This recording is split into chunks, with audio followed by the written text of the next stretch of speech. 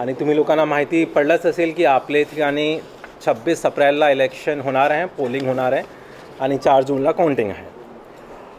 आता आजपासून MCC लागलेली आहे. त्याच्यासाठी सर्वात प्रथम आपण आज सगळे विभाग प्रमुखांची मीटिंग घेतली होती. त्यांना सूचना दिली की 24 तासात गव्हर्मेंट प्रॉपर्टीवर, गव्हर्मेंट ऑफिसेसमध्ये सगळे प्रकारचे जे पोस्टर, बॅनर किंवा पेंटिंग्स कोणत्याही प्रकारची आहे पॉलिटिकल गव्हर्मेंटचे रिलेटेड ॲडव्हर्टाइजमेंट, ते सगळे काढण्याची सूचनासुद्धा सर्वांना दिलेली आहे. आता आपल्या जिल्ह्यामध्ये एकूण 24,16,345 वोटर्स आहे आणि 2,672 पोलिंग बूथ्स आहे. आता ह्या प्रकारची बाकी जे डिटेल्स आहेत ते सर्वांना सर्क्युलेट केली जाणार आहे. हे थोडक्यात ओव्हरऑल इन्फॉर्मेशन होती. याप्रमाणे बाकी इतर किती मशीन्स उपलब्ध हैं, किती आपले सेक्टर ऑफिसर्स हैं और किती आपली टीम्स उपलब्ध हैं FSTची, SST आणि VSTची, ते सगळी डिटेल्स तुम्हाला न्यूमेरिकल फिगर्स दिले जाणार आहे, सर्क्युलेट केली जाणार आहे. आता मी फक्त ओव्हरऑल जे ब्रीफ आहे ते सांगतो आपण काय काय केलं आहे आणि पुढे काय करणार आहे. तो पहिला विषय तो MCC आता आजपासून लागलेली आहे. तो MCCचे जे काही गाईडलाईन्स आहेत त्याप्रमाणे आपण कारवाई करणार आहे, जसं पोस्टर, बॅनर काढणे आणि सगळं काढणे.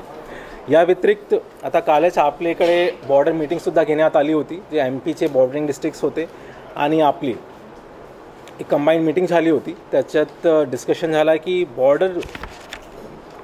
बॉर्डरच्या ठिकाणी किती चेकपोस्ट असले पाहिजे आणि कोणत्या प्रकारचा आपला कॉर्डिनेशन राहणार आहे.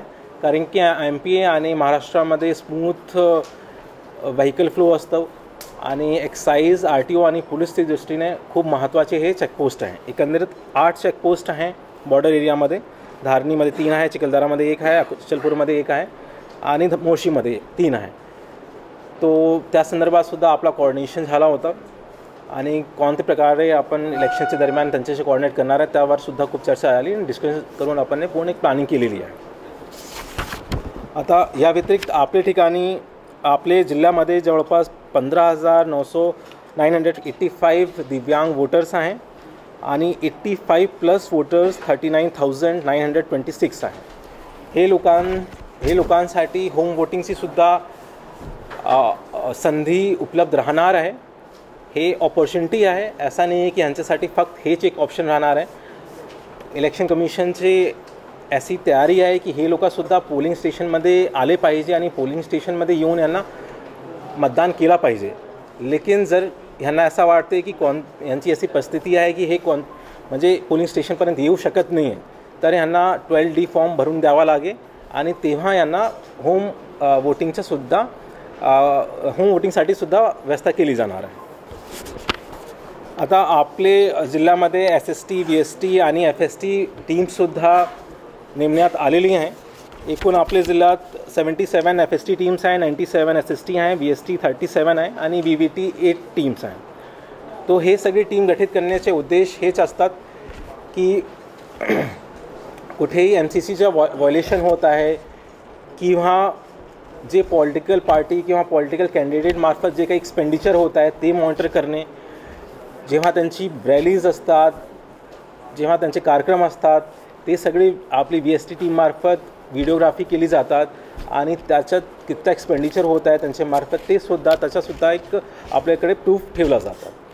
आणि ह्या व्यतिरिक्त आता जर कोणतेही नागरिकने ह्या संदर्भात MCC संदर्भात किंवा एक्सपेंडिचर संदर्भात किंवा कोणतेही व्हायोलेशन संदर्भात कोणत्याही प्रकारची जर तक्रार करायची आहे तो इलेक्शन कमिशनने CVGILची एक ॲप उपलब्ध करून दिली आहे.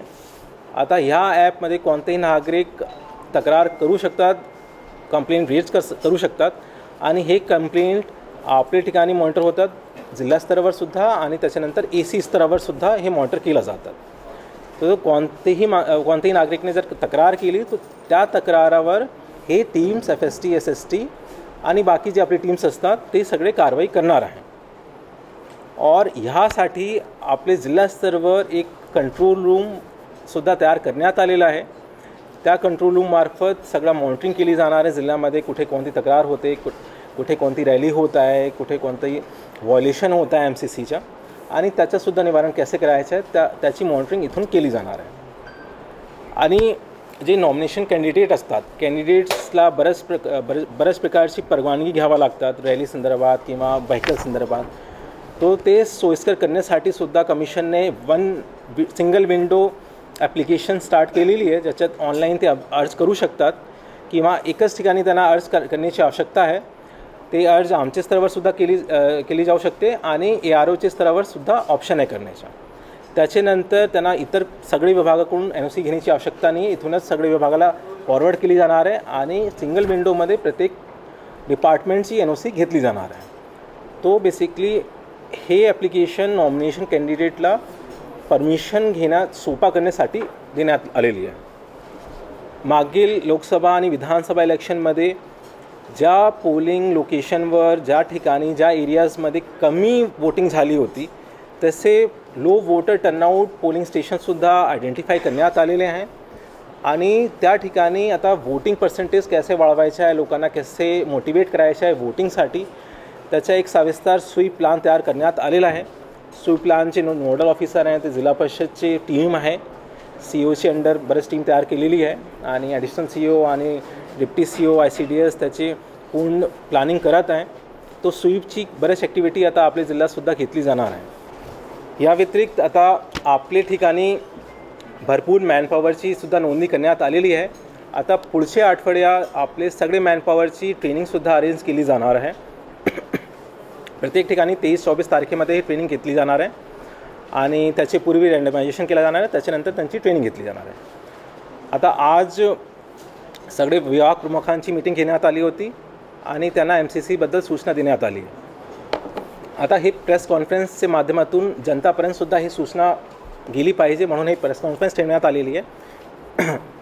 याच्यानंतर पॉलिटिकल पार्टीजची सुद्धा एक मीटिंग घेण्यात आली ज्याच्यात त्यांनासुद्धा MCCचे सगळे गाईडलाईन्सची सूचना दिली जाणार आहे आणि याच्यानंतर सोमवारपासून लॉ ऑर्डर संदर्भात मीटिंग घेतली जाणार आहे.